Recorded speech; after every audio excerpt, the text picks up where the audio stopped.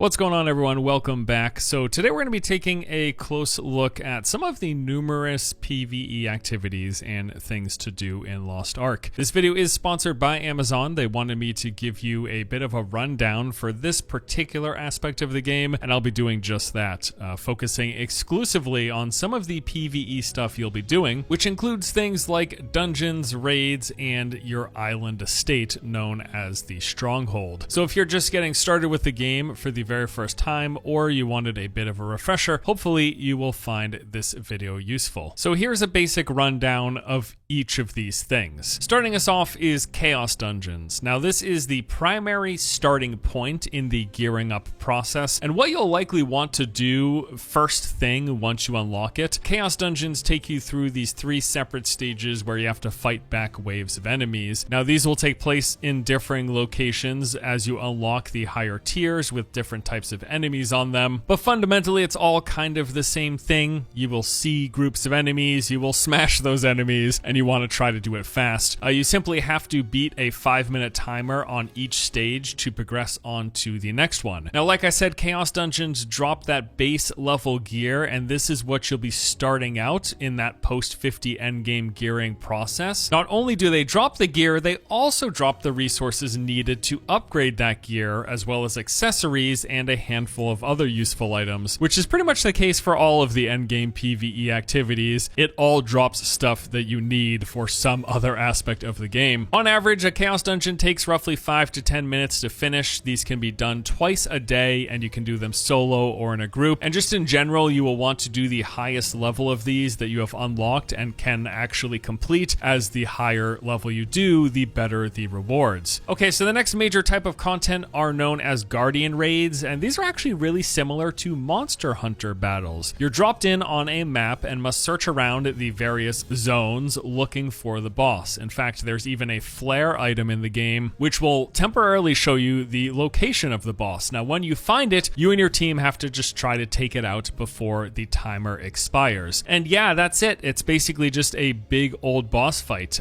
Typically, these bosses will have several large telegraphed attacks, and they'll also go through phases as you take down their health. Now, ideally, you will eventually want to learn the different phases and telegraph attacks of the boss so you can know what's coming and when to dodge, especially since getting hit with these can incapacitate you for some time, which will open you up to taking lots of damage. Now, occasionally there will be some trash mobs in the area, but for the most part, it is just a time trial boss clear, essentially. And these can be quite tough because there are several restrictions put in place. For one, the game limits the number of times you and your team can revive, along with the consumables that you can use. So really, you do have to try to play carefully, try to avoid damage, and especially try not to die. Like Chaos Dungeons, Guardian Raids should be done twice a day. They reward accessories and other useful items like gems, cards, books, and runes. Most importantly, though, is that they drop upgrade materials that are not bound to your character, meaning that you can send them off to an alt or even sell them on the auction house to get some gold, which is primarily what makes doing Guardian Raids so valuable. One of my favorite endgame activities, though, is the tower. This is a solo challenge activity where you have to basically climb the floors of a tower. These will get progressively harder and grant you better rewards. So you'll start out on floor 1, you're given some objective, normally kill groups of enemies or a specific enemy or boss, and then if you complete that within the set time limit, you will grant the reward and then unlock the next floor, so on and so on. So for example, in my most recent run, I entered floor 1, they asked me to destroy a stone. As a reward, I got this deck of cards, and then I went on to floor 2, where I had to destroy these hordes of enemies. That it gave me another deck of cards. Floor 3 asked me to defeat a named enemy for the deck of cards. Floor asked me to defeat large groups of enemies, another deck of cards, and then finally on floor 5, I had to defeat a boss, and as a result, I got this proficiency potion. So it basically continues this way. You'll get rewards every time you clear a floor, you'll unlock the next one, and usually that 5th floor is going to give a unique and most of the time more valuable reward. The climb continues, and as you do, it gets more difficult, even requiring higher item levels in order to complete them. But one of the major reasons to run these towers is that it gives you these skill point potions as a reward, and you basically need these extra skill points to max out your skill trees, as just hitting level 50 doesn't cut it. You still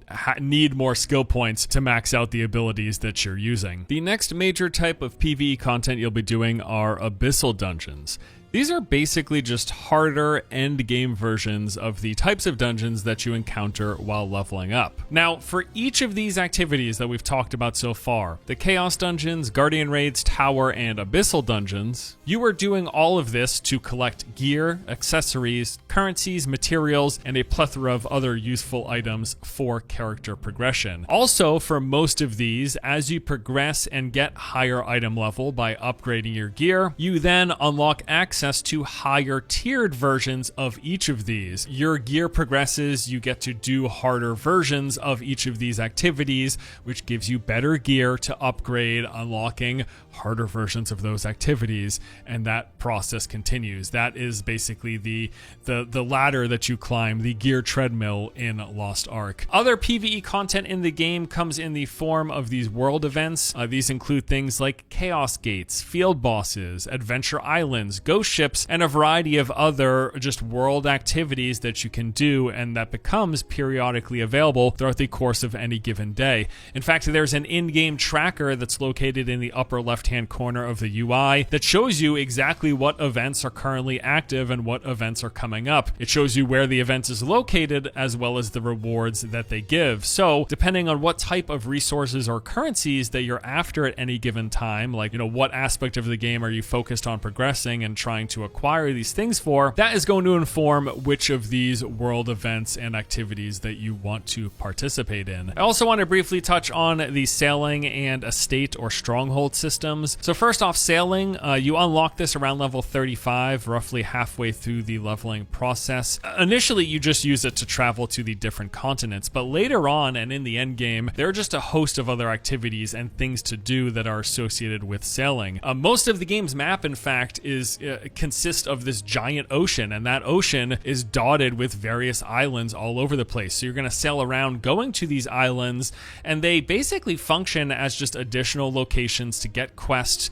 that reward currencies and resources. And then there's also the stronghold system. This is basically instance player housing. You can add items to it to decorate the island, so you can set up like a bed and a chair in different locations and stuff like that. There's a cosmetic aspect, but it also serves a functional purpose, letting you unlock various upgrades and forms of progression. This comes from a few different aspects. First, there is the laboratory. This is where you get a lot of upgrades and progression for your stronghold specifically. The research for this is done here. Things like development of the manor, expedition storage, opening up different regions and cells, building development, unlocking new recipes and blueprints, and a host of other things are all done at the laboratory. And for the most part, these require wood and ore that you will be acquiring through gathering. Next is the workshop, and this is essentially the game's crafting system. Here you can make potions, bombs, grenades, capes, and a host of other useful items. For the most part, these require herbs and mushrooms that you get while gathering. And then lastly is the headquarter system.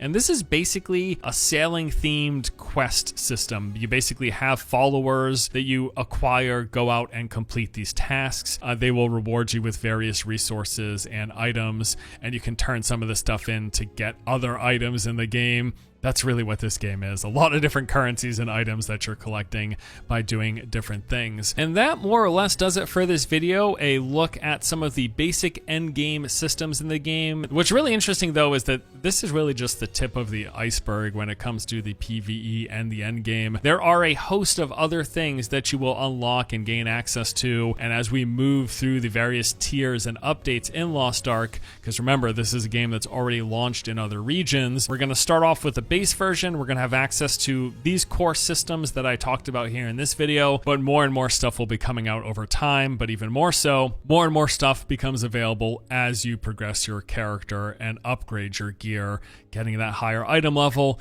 and unlocking higher tiers of stuff. But when it comes to this PvE beginner's guide, that is going to do it for this video. Thank you guys so much for watching. As always, hope you enjoy the content, and I'll see you in the next one.